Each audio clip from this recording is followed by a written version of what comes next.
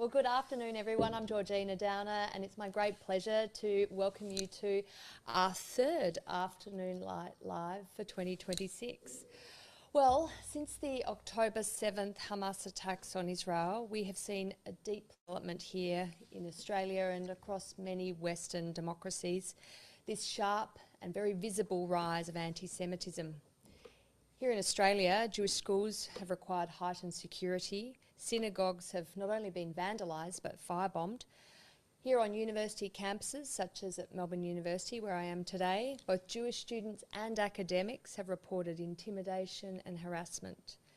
Beyond the campuses, we've seen Jewish creatives and academics doxxed with their names, their workplaces and personal details circulated online, a tactic that's left many of them fearing for their safety.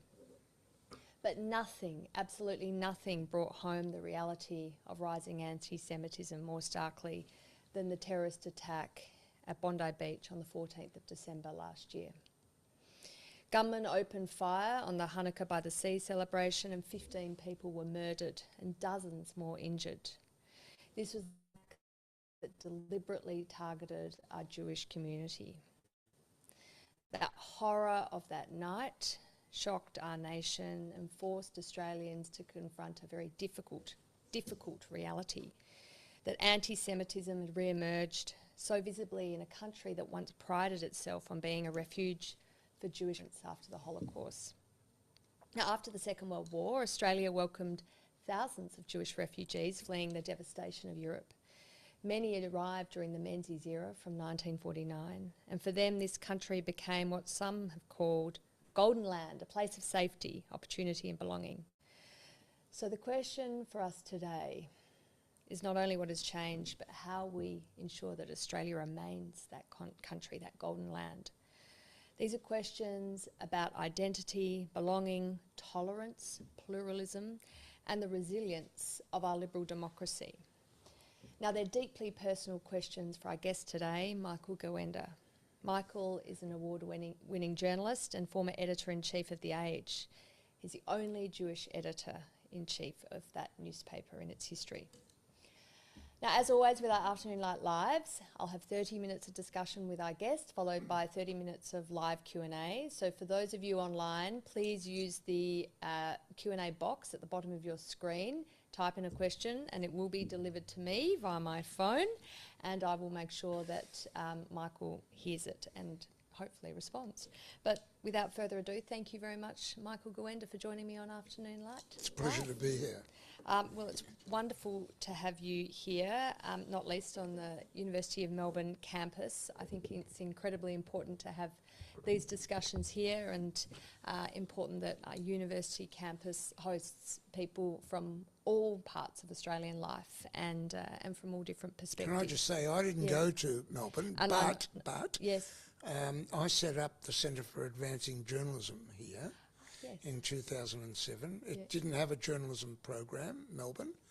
I developed with others the master's course that is still going, and I was the inaugural director of that centre. So I've got a history with Melbourne University that is not all that far distant in the past. No, not at all. Oh, it's a fabulous centre, and we've had academics from there participating in a lot of our programs. So thank you for setting that up. Michael, but we will go back to the dim, distant past, if you don't mind. Your family came to Australia in 1950 as DPs, displaced people, at the very, very beginning of the Menzies era. You were just 3 years old, so I won't assume that you remember in detail how your family. I don't remember anything. No, I was less than 3 actually. I was 2.5. But how do you? What's your perception of how families like yours were received during that era? What sort of Australia? What was the Australian attitude to the DPs and others coming from Europe? I mean, you've got to remember that there was a mass migration.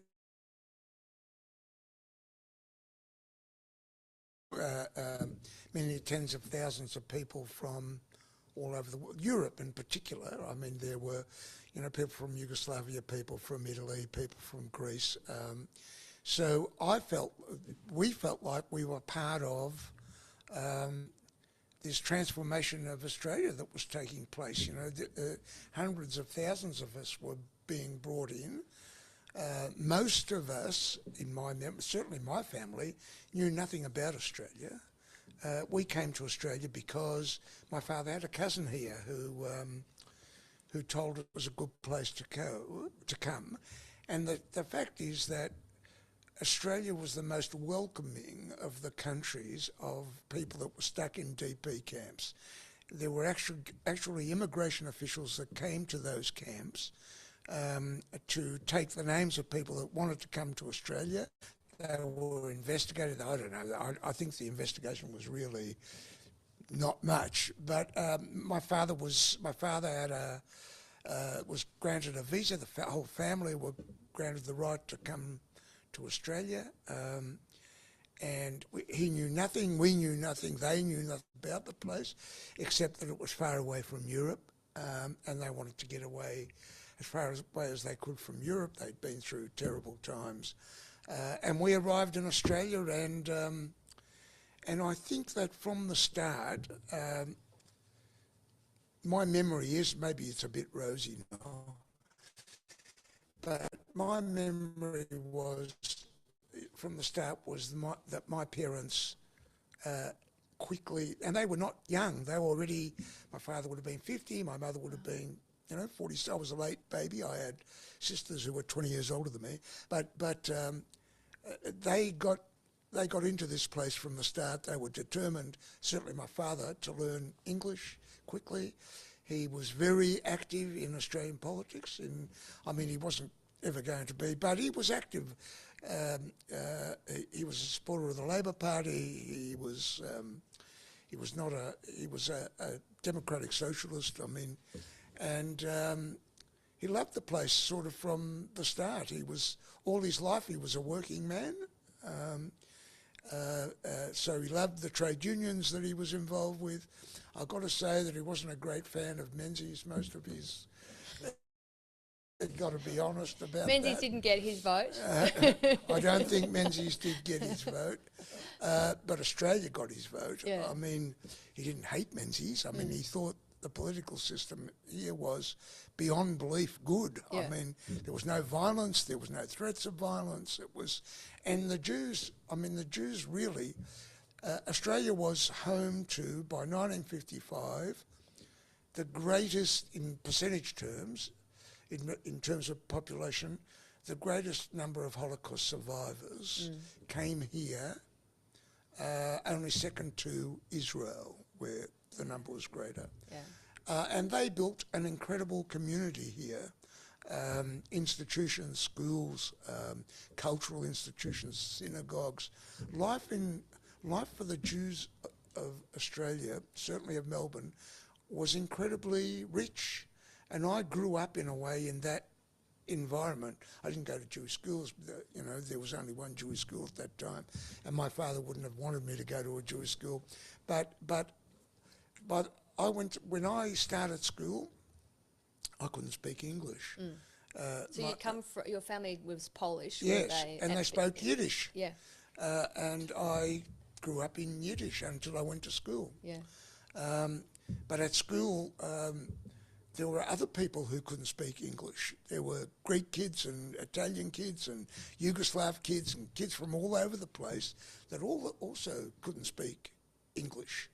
And we were all, I don't want to say a terrible word, but I will, wogs. I kind of, and I thought, we're all wogs. Jews weren't differentiated from the Italians Greeks or the Greeks. Yeah. We were all wogs. Yeah. And I loved school. I loved my friends. I don't think growing up I experienced, certainly until I was much older, anti-Semitism. I don't think I even knew what it was. Which is incredible to think your parents had experienced the worst of anti-Semitism through the Holocaust, fleeing Poland to Siberia, I think, and then, of course, ending up in Austria in a DP camp. But you, as a young boy, growing up in suburban Melbourne. I didn't just feel wasn't your reality. No. Something. So you've written a memoir, My Life as a Jew, and something you write about is that you didn't necessarily grow up religious. You were quite a secular person. Yes, I was a secular person. I mean, you were an internationalist, a man of the left. I was a man of the left. I wasn't a Zionist. That's the truth. Yeah. Certainly when I was a kid, I wasn't a Zionist. But Zionist... I mean, the sort of non-Zionist I was, my family supported Israel, supported its right to exist. My parents sent food to family that they had in Israel in the 50s. I remember photographs of the families in Tel Aviv standing in front of a packet of food that they had got from us. So there was no question of not supporting Israel's existence. So being a Zionist in the 1950s, what made it different to being a Zionist in 2026? Well, Zionist in the 1950s meant not just that you supported the existence of the state, but that your philosophy was that all Jews should go and live in Israel. Right. Making Aliyah, which is a word for going up, was the basic ideology of Zionists, that the future of the Jewish people was in Israel. Now, where I grew up, we never believed that. Mm-hmm. We believed, yes, Israel existed and was important, but Jews were people of the world. I was an Australian. Australia was my home. I could be fully a Jewish person in the time. And Jews were. I mean, that's the truth. You know, Jews were the perfect example. Noel Pearson once said this, of what it meant to be an Australian of a particular ethnic or religious background.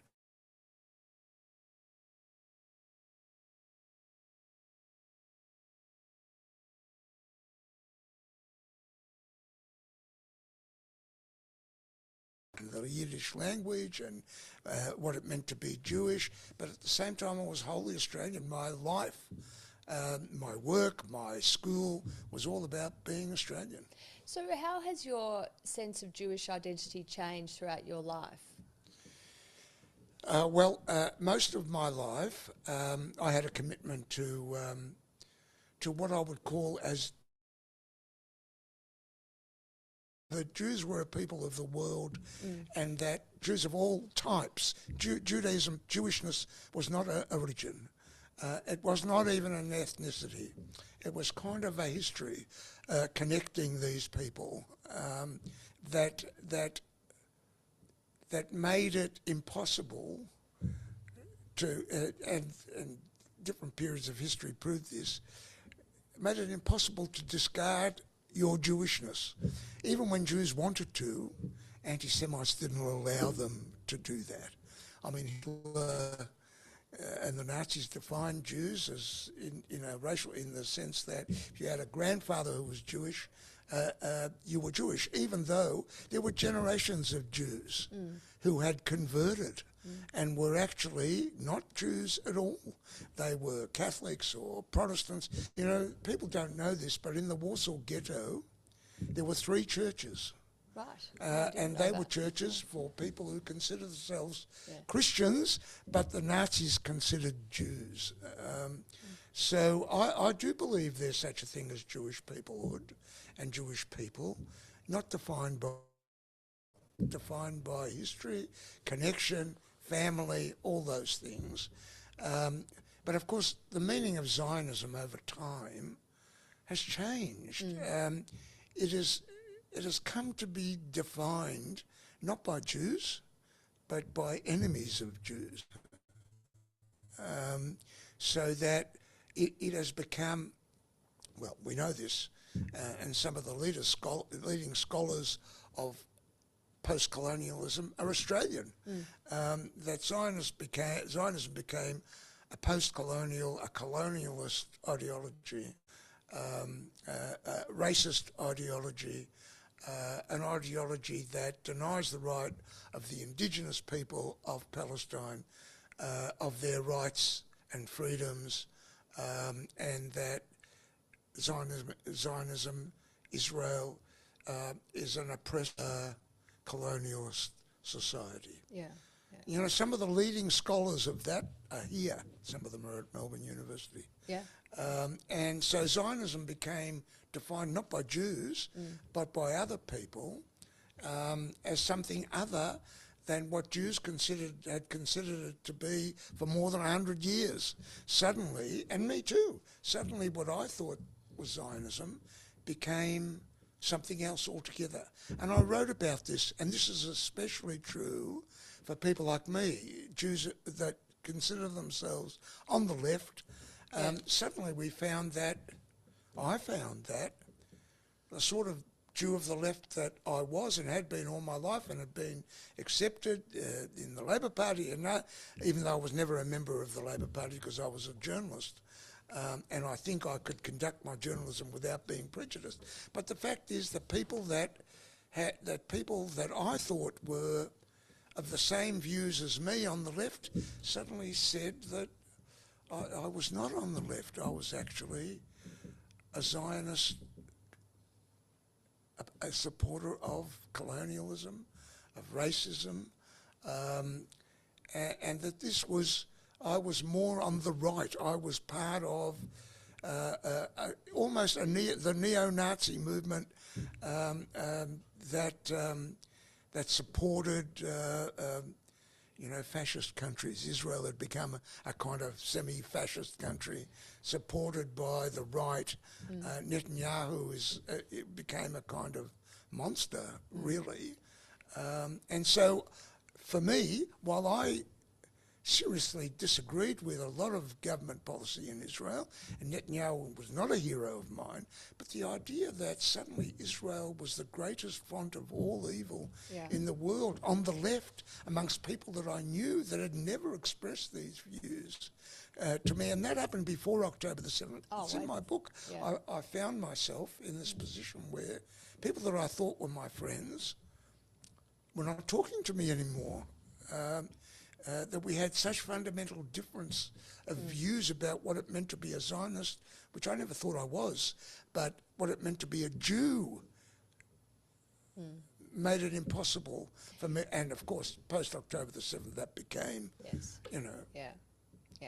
right out front and centre of everyday Australian experience. Yes, and the denial by sections of the left, and I have to say by sections of the government, that this anti-Zionism virus had anything to do with Jew hatred is ridiculous. It's mad. It's kind of like, it's a conspiracy theory. It's like Jews are concocting this. The Zionist lobby is concocting this idea of anti-Semitism to use it as a weapon against those who oppose Israel. Michael, it's really, I think, important to look at how the left has treated Israel over its entire history. I mean, basically your lifetime. Yes. Doc Evatt, a Labor leader, a real hero of the Labor Party in terms of his support for the founding of the United Nations. He is instrumental in the creation of the State of Israel. There is bipartisan support over the decades through the Menzies era, really until you get to Whitlam for Israel. And Whitlam is a bit of an aberration, really, because once we pass Whitlam, the Labor side renews support for Israel, with Bob Hawke being a staunch supporter of Israel. But then at the UN, a body that had been there at the birth of Israel, in the late 1940s, to see the UN discussions become really anti-Israel.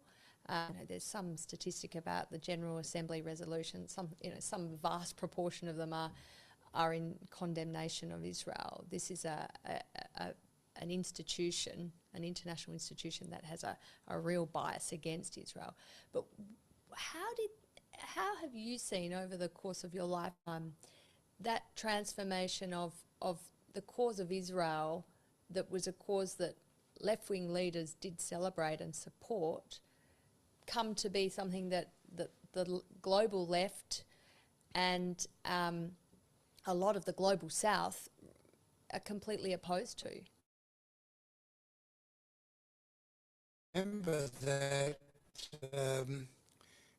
that the UN passed a resolution that Zionism is racism in 1975. Yeah. And that resolution was basically organised by the Soviet Union and by its supporters in the Arab world. You've got to remember that in 1975, the Soviet Union still had huge influence in the Middle East. But you know, thinking back now, it is amazing to think that Bill Hayden, who was on the left in the Labor Party, he organised the Labor Party and the government to support resolutions in the Australian Parliament, and we were amongst the first to do that, to rescind that resolution. Right.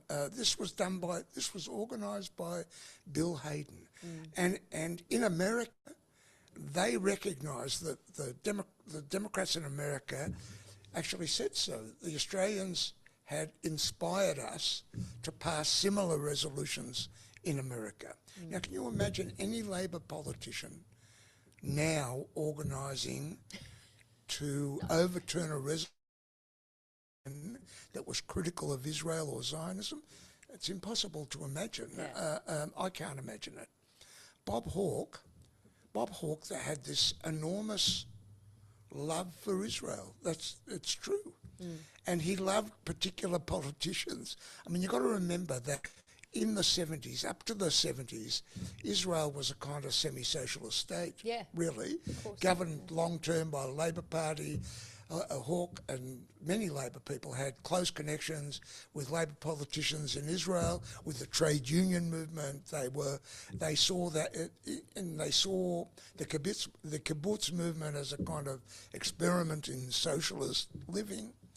But even post that, even when Begin was elected, and that was a big change in Israeli politics, you know, the Likud had been elected for the first time, Hawke remained a staunch supporter of Israel and of Jews. I mean, it's important to understand that he had an emotional attachment to Jewish people. Some of them he knew from his private life, some of them had been mentors for him. But he had this, look, I can remember sitting in a car with Bob Hawke once when I was doing a story about him, the first challenge to Hayden's leadership, sitting in a car with Bob Hawke. I was driving him around, actually. He thought I was working for him. But he's sitting in the back seat and crying about the Holocaust and what had happened to Jews. I mean, I know Bob Hawke had a tendency to cry at the drop of a hat, but he did. It was genuine. It was real. There has been no Labor leader like him since then. And what has happened, of course, is that within the left and in sections of the Labor Party, especially the left of the Labor Party, but now spread far beyond the left of the Labor Party, there is no love for Israel. No. There is kind of grudging support. And I think the last Labor leader that had genuine affection for Israel was our only female Prime Minister. I think Gillard had genuine affection for Israel and genuine affection for Jewish people. But she's the last of them, really the last of them. Your book, My Life as a Jew, was released just before October 7. You wrote about your experiences with falling out with your fellow left-wing travellers.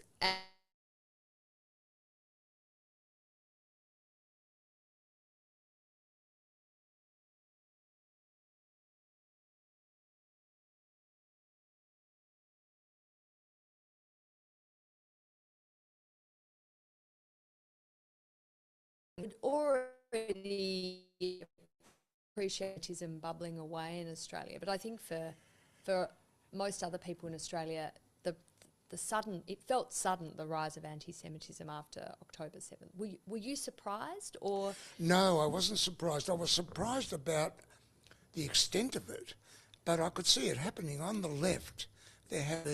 Israel had been demonised, and and Zionism had been. And once that happened, it was inevitable that there would be this.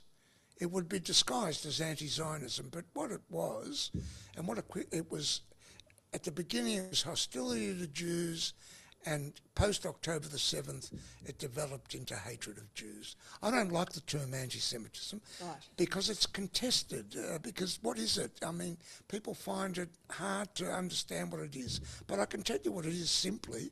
It's hatred of Jews. It's hatred of Jewish people.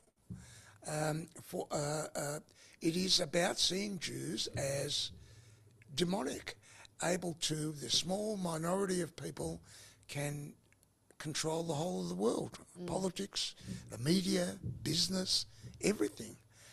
So there has been a lot of debate, and I should say to our live audience, in 4 minutes we'll go to your questions, and thank you. I can see there's already a lot that have come in, but if you would like to ask a question, please do so at the Q&A box at the bottom of your screen. There's been a lot of debate, Michael, about, we should be concerned about and that, there's criticism of politicians who always want to use the two terms in the same sentence, and that it is a false equivalence. Can you explain that? Why is anti-Semitism different from our Islamophobia? Well,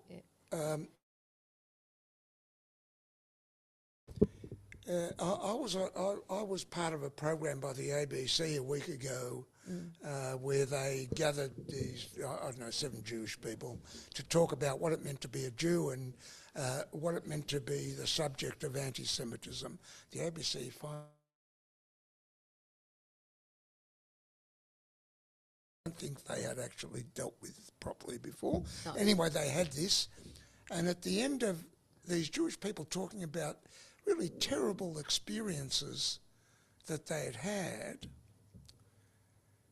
the Race Discrimination Commissioner was there.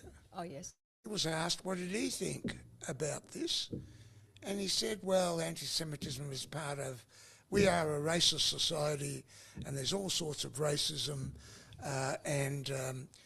if you look at the progression here, what there was anti-Asian racism during COVID, then the anti-Indigenous racism, then there was Asian racism during COVID, then there was Indian racism, anti-Indian racism, and now it's the Jews' turn. Well, I mean, this was outrageous, what he was saying, as if they're all the same and the consequences are all the same. I mean, 15 people had just been massacred in Bondi because they were Jews. There have been no massacres of Indians. There have been no massacres of Muslims. He actually mentioned anti-Palestinian racism. What is that? I don't even know what anti-Palestinian racism is and who suffers from it. Has there been violence against any of these people? The way there has been violence for 2.5 years against Jews. So I think they are different.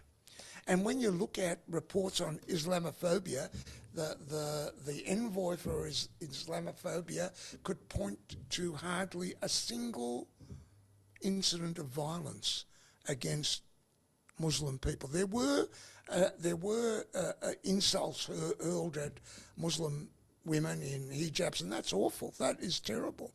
But nothing organised. Where are the protests outside of prayer centres of Muslims like there were outside of synagogues?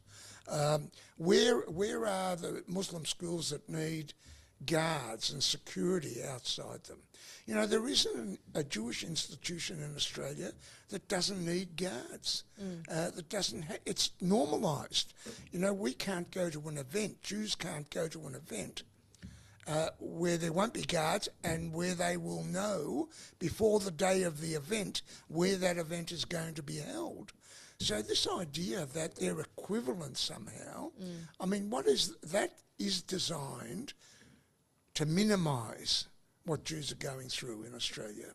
The people who make that claim, and Australian politicians, Labor government members made that claim until recently. They've stopped doing it. Post-October the 7th, they've stopped doing it. But they all did it. Albanese, Burke, they all did it. And it was designed to say it's the same as the people that I represent in those Western... They're going through the same sort of things, which was never true, which doesn't mean there isn't Islamophobia. I mean, there's all kinds of prejudices, but I reject the idea to start with that Australia is this overwhelmingly...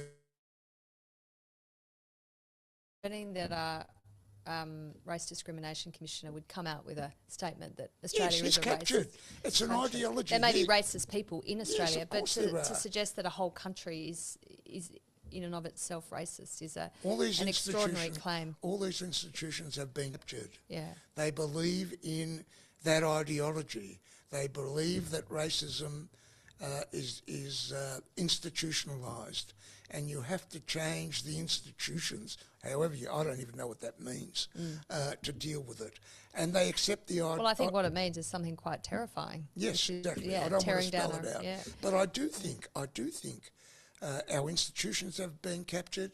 I think much of our universities have been captured by this ideology. I think that's true as well. And I think maybe October the 7th overwhelmingly are friendly towards Jews. They have a lot of them know nothing about it. Yeah. They've never met a Jew. Yeah. We are a tiny minority, and they wonder what the hell is going on with all these. Why?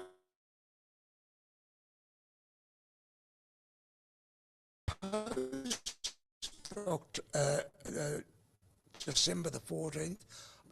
This is in Australia. What is this about? You know. Now, Michael, we've reached the open Q&A time, so I should go to audience questions. So I'll take them from my phone, not because I have some good social media to catch up on, but because the questions are here. So please don't get disconcerted.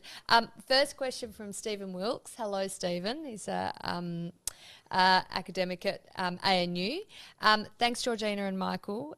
Carelessly naive as most of the 2024 uni campus protesters were, do you think that their actions were pivotal in sparking the emergence of more virulent anti-Semitism in Australia?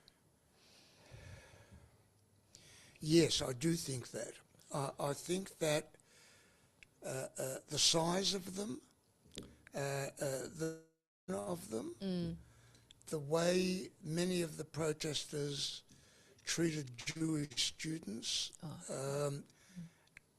definitely normalised on campuses to begin with a kind of hostility to Jews that hadn't existed before. There was Israel Apartheid Week, sure. But it was a kind of minor, you could ignore it. I thought it was ridiculous, but I thought, well, okay. Well, and I mean, I can even give you really contemporary examples. I started working in this job in 2021, and there were regular pro-PAL stands in the South Lawn, which we're just looking over there. That was a regular part of socialist programming, if you like. But in 2024, when they set up camps here, it's hard, I think, for people just to have seen it briefly on the news to really appreciate how intimidating it is to have 100, 200 people camped, not just sitting there all day, camped there, and every time you're walking into work, you're walking away.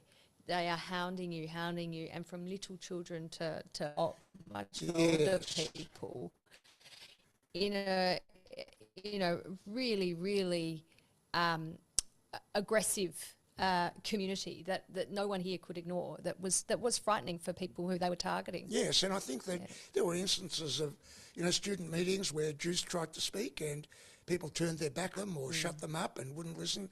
I mean, to turn your back on fellow students seems to me to be, something that is not acceptable. And what's also not acceptable, what I haven't seen before, is academics taking part in these sort of protests and taking part of them in their classrooms, where there are Jewish students sitting there who must be thinking, who were thinking, what am I meant to do about this? It seemed to me to have a contagion effect, didn't it? And there was permissiveness in, the more protests, the more people felt they could then, say, in a lecture, start targeting individuals. Of course, the less with the actual protests on the streets. Some of the people who protested here organised the protests on the streets. And I don't know how many people have gone to, I have. The protests are not peaceful. It's not true that they're peaceful. It is true that a lot of people go there because they feel terrible about what's happening in Gaza. And I accept that. Of course they do. But the leaders of the protests, the people organising the protests, the voices at the protests, they're not peaceful. They're violent. They are violent. The signs are violent. And anti-Semitic. They're full of hatred for Jews. Now that has become normalised. It started at the universities and it is now out there, or was out there, and still is to a certain extent, in our streets. Social media is full of it now. I have a question from another Canberra resident, Dave Windsor. Thanks, Dave. He said the focus on Australia is entirely proper and correct, but he'd be interested in Mr. Gawenda's thoughts on parallels with other countries' left-wing shifts away from Israel. For example, the post-Biden Democrats and the rise we've all been seeing in appalling attacks against Jewish communities. Well, I think it is true that that there is this sort of growth in this sort of anti-Zionist, anti-Israel Jew hatred around the world, in Europe and certainly in the United States. But I think Australia and Canada, for that matter, have a much more virulent form of it. Right. Which stems from the fact that on the left, they see Australia as a colonialist country that has either wiped out the Indigenous people or oppressed them, taken over the country, living on stolen land, and the same is true in Canada. The same sort of movement. Henry Reynolds is one of the great historians, whether you agree with him or not, on Indigenous history. He has become a full-on anti-Israel historian who believes Israel is an evil and an example of what happens in a colonial society like Australia. You can hear it in the slogans here and in Canada. We're living on stolen ground. The Israelis have stolen. So you don't see that in the United States Not so the much, same, or the UK? No, the left doesn't quite see itself in America the same way as an anti-colonial society. They are much more concerned about being a racist society than they are a colonialist, even though they are, of course. And in the UK, the UK can't be seen as a colonial entity, nation. In fact, England was subject to colonialism over the many centuries that it existed, taken over by Normans, taken over by all sorts of people. Who were the indigenous people of England? I mean, people couldn't say who they were. But nevertheless, it is different. It is different. And I think in Australia, Canada, I think, has even a bigger problem with Jew hatred than Australia. In Canada, you read there are shootings at synagogues. What we have unfortunately become in the world known for is the December 14th massacre of Jews, the largest massacre of Jews in the diaspora in some ways since the Second World War. I mean, Australia has become, we can't help it, a country where there was a terrorist massacre of Jews. And that's why around the world we are seen that way increasingly. And we have to, and we have to deal with that because it's not true. For a start, the vast majority of Australians aren't Jew haters. This country still remains in many ways a great place for Jewish people. But that I do think that in the culture, in the elites, there's a virus. There's an unhingedness. Well, this question from Sam Belfield, thanks Sam, probably relates to the point you're about to make. Does Michael have a view on why the institutions have been captured by Jew hatred? And we've seen, Writers' Weeks, festivals. I mean, the Sydney Biennale's been caught up in some terrible programming decisions just over the last. So, this sort of idea that it's institutional. Mainstream Australians may not have any truck with this, but the institutions have a. Well, I think it's true. I think. Look, why? I think it did start with the universities. I do think that university education, that the people who ran universities couldn't get their heads around what is Jew hatred, why is this happening, is it okay that it's happening? Look, I've spoken, not recently, I think they've changed their positions, but I've spoken to vice-chancellors that really didn't know how this had come about. It didn't even know what did anti-Zionism actually mean. When I asked them, what do you think it means? Anti-Zionists are actually saying. They didn't know. They thought they were just opposed to Israeli policies. Well, that's just not true. Anti-Zionism is about, by peaceful or non, that's what it's about.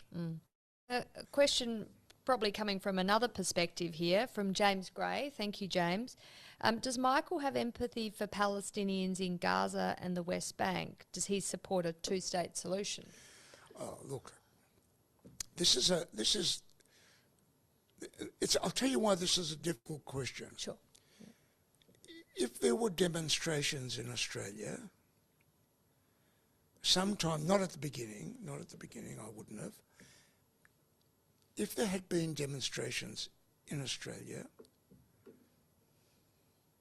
that were in favour of a two-state solution, that were concerned about the lives of the Palestinians in Gaza, like I am, and what was going on in the West Bank, which I think is shocking in many ways, I would have been out there marching. And many Jews like me would have been out there marching. But the fact is, from the start, we were excluded. We couldn't do that. How was I to go? How would Jews like me possibly be able to go to that demonstration at the Opera House on the 9th before anything had happened? Yes, there'd been a day of bombing by the Israelis, but that's all at that stage. How could I go to a demonstration like that where there were, okay, maybe they didn't, they certainly said, can I say a rude, they certainly was shouting, fuck the Jews, and they were certainly most people don't know where the Jews come from. Where the Jews comes from, when the Nazis came to ghettos to round up Jews for transportation to death camps, they would shout, where are the Jews? So how could I or So yes, I found it really hard. I found it really hard to be critical of what was happening because I was overwhelmed by this sense of hatred towards Israel, towards Jews, towards people like me. But I did write about it. I did write.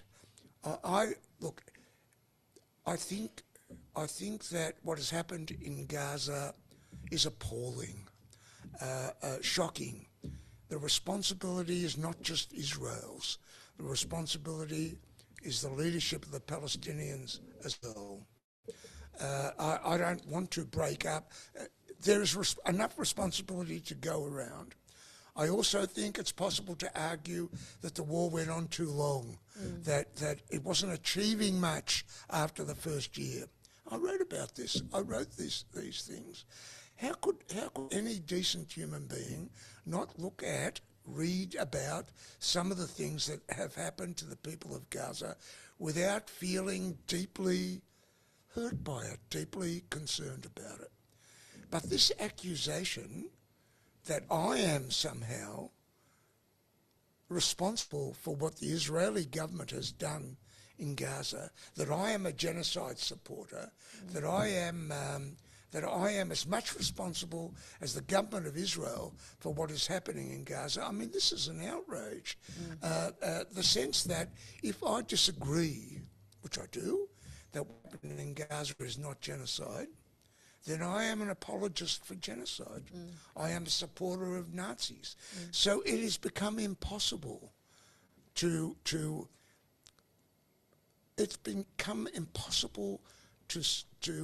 support a two-state solution publicly, to sympathise and feel deep hurt for what has happened in Gaza without being accused of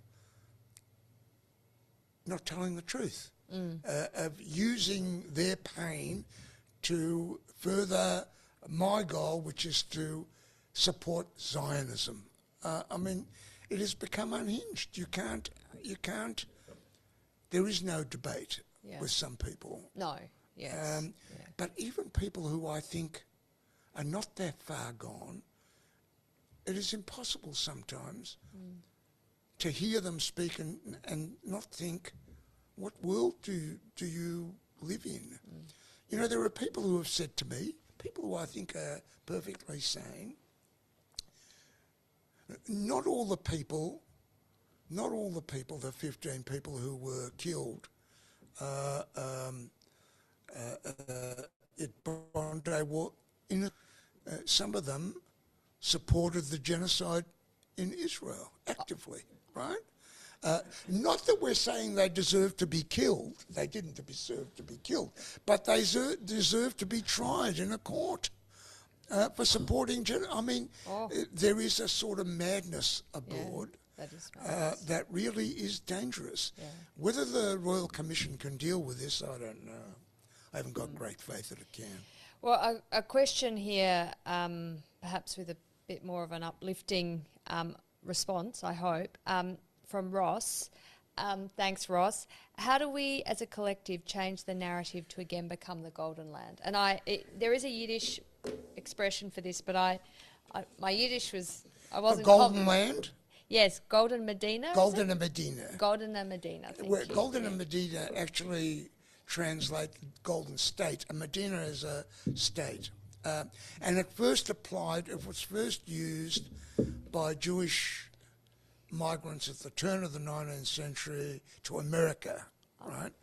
But the Jews that came here took it up and said, we're actually the Golden State. We live in the Golden State. And how will that change? I think with time. I think that there are enough people in the elites. Australian public doesn't want any of this, I don't believe.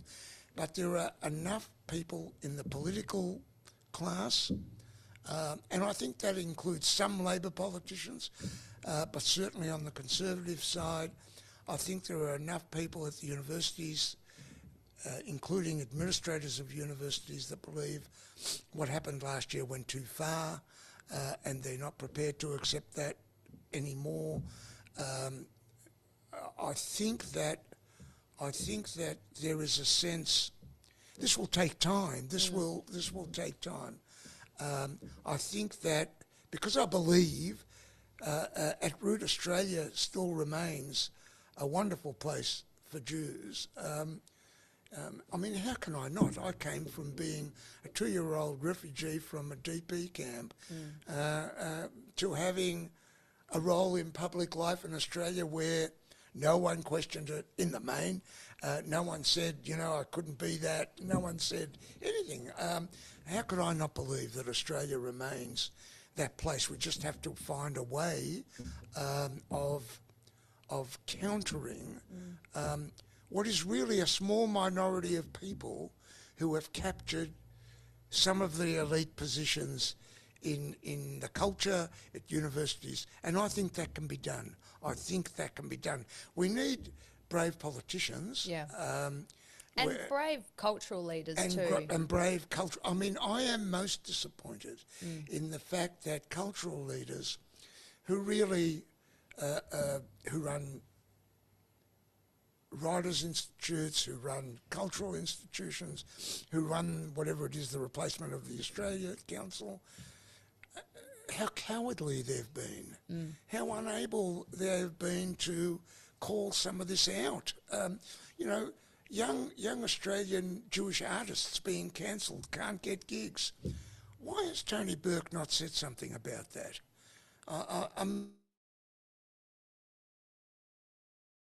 Get support, government support, music association. Michael, what about a Palestinian activist academic who has written a book made by the director of Writers' Week?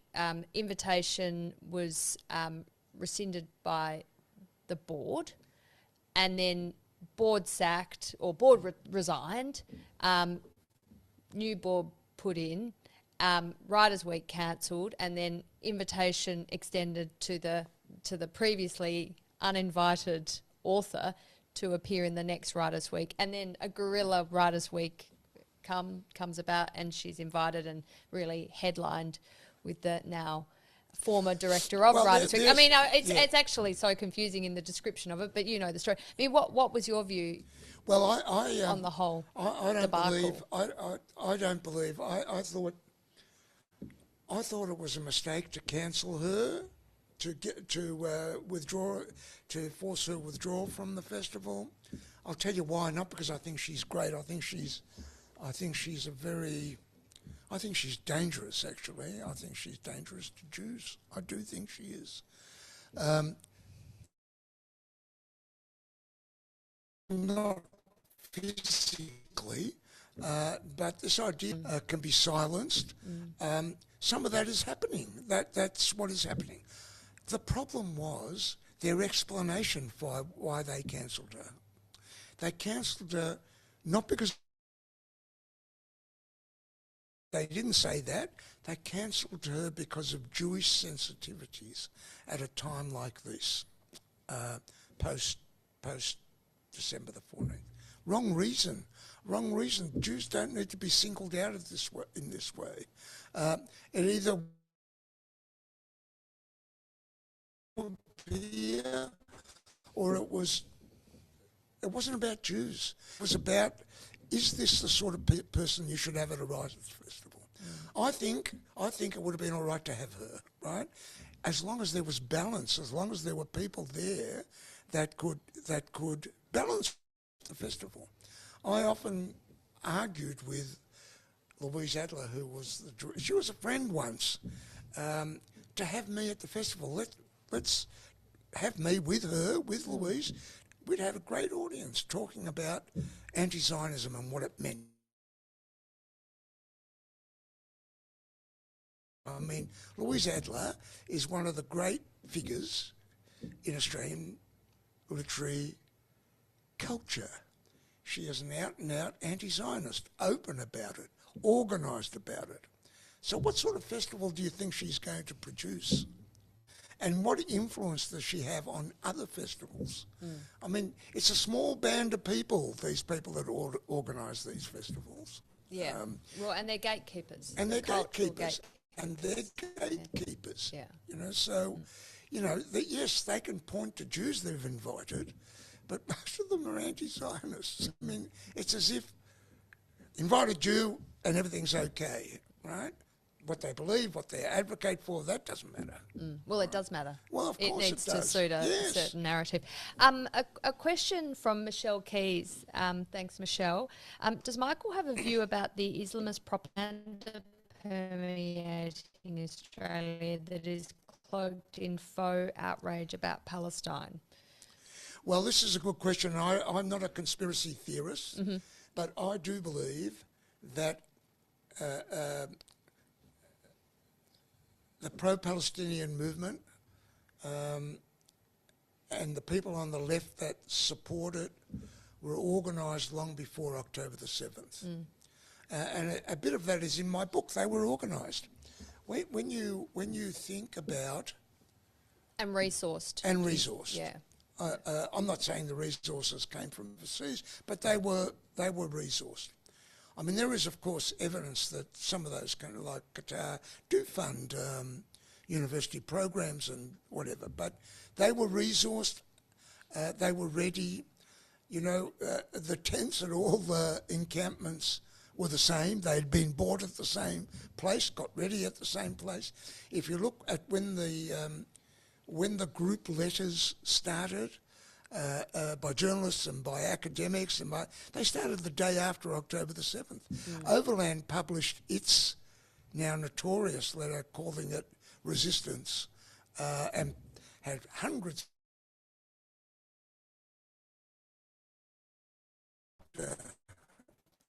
October the 7th. Now, that was organised beforehand. So I do think it's an organised movement, well organised, good media people who know how to use the media. And I think, and there's enough of them. I mean, people talk about the power of the Jewish lobby. The Jewish lobby, the Jewish community of Australia consists of around 120,000 now in Australia. Are they not going to be better organised? Are they not going to have more political clout? They have seats that they can determine the outcome of. Yeah. There are no Jewish seats that can be determined. Not Wentworth, not McNamara. The Jews don't determine the outcome of those seats. The Jews do not have the sort of political power that the pro-Palestinian movement has got. They didn't know it until October the 7th. They thought they were powerful. They had access to government, they could speak to people.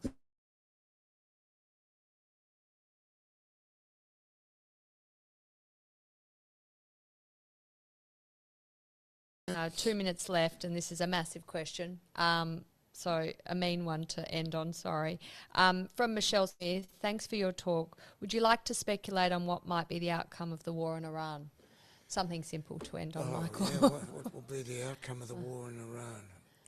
Gee, I don't know what the outcome of the war in Iran will be. I fear for the outcome of that war. I fear that it's a more difficult war than either Trump or Netanyahu imagined it would be. So I fear for the outcome. I do. I don't know what it'll be. If the Israelis had the ability to decide how it would end, they would keep going until there was a regime change of some sort in Iran. How they would do that, I don't know. But they must have some. But the chances are they won't be able to do that. But what is appalling to me is that amongst those people who were most concerned about what was happening in Gaza and what was happening in the West Bank, and there is virtually no concern about what was happening in Iran. Yeah. Just a month ago. 30,000 protesters killed in 2 weeks. Yeah. How is that possible? These people are now out protesting against the war, while people while people from Iran are marching beside them saying, you don't know what you're talking about. Yeah. You know, I'm Iranian. Ask me what's going on there. Yeah, no, indeed. Michael Gawenda, thank you so much for joining me on Afternoon Light Live. It's been a really important discussion, and I know our audience, seeing all the comments we're getting, really appreciated it, so thank you. It's a pleasure. Thank you for having me. Yeah, well, and thank you to our audience, both in person and online. 2 events we've got coming up, another Afternoon Light Live, 2 this month on the 26th of March at 2 p.m. with Professor Leila Brummer from the University of Chicago on how we can disagree better. And of course, the 23rd of April, and this year it will be delivered by Andrew Hastie. So thank you very much. Look forward to seeing you at those events.